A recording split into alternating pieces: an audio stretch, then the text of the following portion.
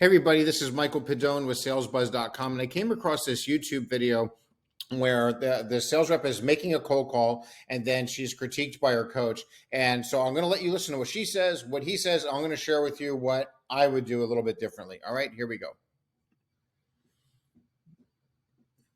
Hey, this is Rachel with Call Blitz. How are you doing today? Hey, how are you? You caught me in the middle of a meeting, but I can talk real quick. What are you calling about? Oh, I'm the worst calling you in the middle of a meeting. I promise I'll be quick, though. I saw that your reps are remote, and I just wanted to know how you've been giving them coaching and feedback on their calls. Oh, great question. I listen to their call recordings and write down comments for them on where I think they can get better. But, hey, look, I got to go. How about you call me back in like 30 minutes after this meeting? Okay. Oh, my goodness. No worries at all. Enjoy the meeting, and I'll reach out to you later. All right. Rachel, great job. Calling someone in the middle of a meeting. We all do it. I don't understand why people answer in the middle of a meeting, but great job. How do you think you did? Yeah. I think I did okay. I mean, they were in a meeting, so there's not much more I could have done, but I don't know what you think about that. Yeah. I mean, it happens. Marcus, what do you think? Yeah, I just don't understand why people answer the phone during meetings, but I think you asked an open-ended question, which is very good. So. Yeah, that's a good point, Marcus. Asking an open-ended question actually opens the conversation up, right? Like the yes/no questions, they can easily say yes or no, and it's a dead end. So Rachel, despite the circumstances, great job asking an open-ended question, and sounds like someone you can call later on. So well done. All right, y'all. Let's get back to it.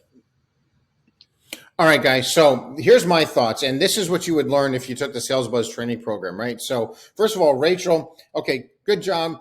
It's never easy when you're making a cold call and you're being recorded and you got your boss listening in or anything, right? So there's going to have some of that nervousness there.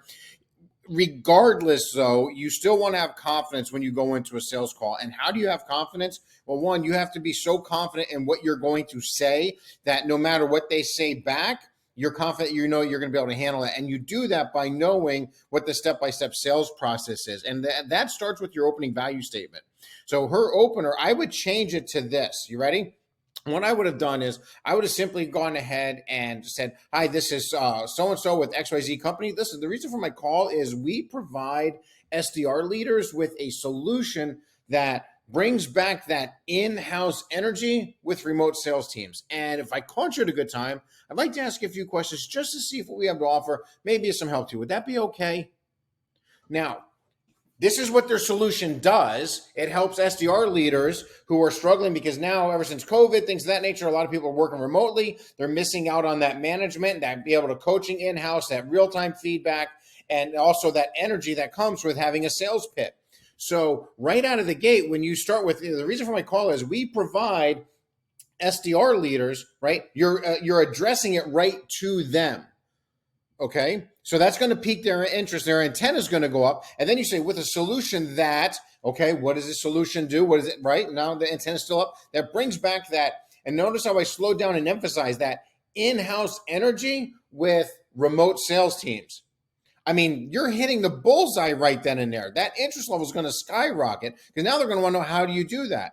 So once I say that and I go, and if I caught you at a good time, I'd like to ask you a few questions just to see if what we have to offer maybe is some help to you as well. Would that be okay? So this is one solution that you could have got right to the point and really hit the hot button. Now, let's say they really are in a meeting, right? If they really are in a meeting, they go, you know what, this sounds interesting. Can you? I'm in a meeting. Can you call me back in about 30 minutes when this is done? Yep, absolutely, no problem. Be more than happy to do that. And that's it. You just move on, right? However, a lot of times a prospect will use the I'm in a meeting excuse as an escape route because they're not really sure what the call is about yet. So you could probably minimize getting their responses with a better opening value statement. Keep in mind, look how I break the opening value statement out. It doesn't matter what you sell. The sales process is the same. You have to pique interest first. How do you do that? It's not by sharing your solution. It's by agitating a pain, scratching an itch, or mentioning a problem that your solution solves. And then you don't want to give the solution in your opening value statement. That's not the opening value statement's job. You just have to pique interest just enough to where they will grant you permission to continue the call.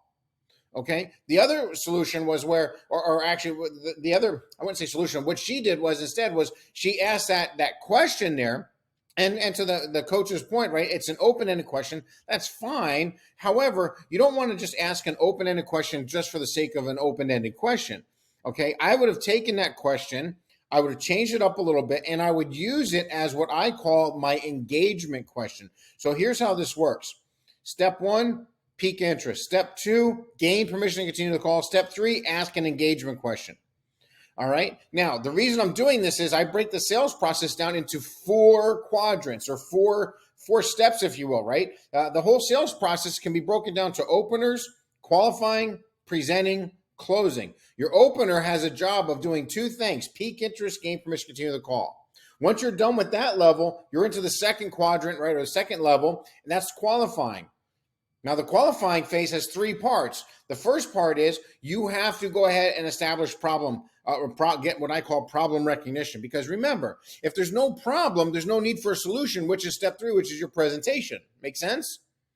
So, and you can't just call and tell them they have a problem because they'll doubt it. So the best way to get them to recognize a problem is you have to ask them a couple of questions, and based on their answer, they will, you will both determine if there's a problem there. And what's the natural human instinct when somebody recognizes they have a problem?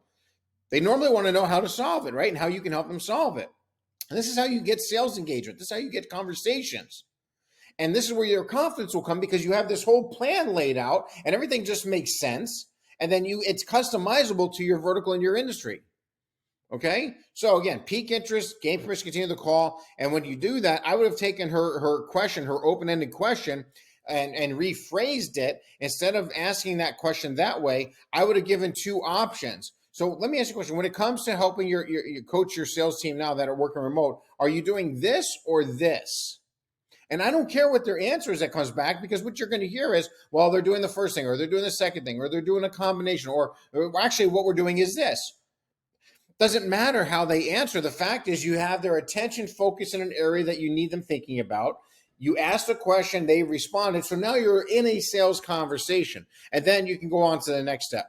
All right. I hope this recording helps, and this breakdown of what I would have done differently and what the coaching would have sounded like or looked like if your manager took the SalesBuzz training program. This is the kind of stuff that we teach. I would just call it that next level training. Everything that and this coach did here, that's fine. I mean, that's what a manager, right, it should be doing. Those common questions. But if you really want to take it to the next level to really get better, faster, and quicker, this is the kind of feedback that I think that you would be able to give your team going through the SalesBuzz training program. Or if you're a sales rep yourself and you go through it on your own, this is the stuff you'll learn so you can start making a lot more money.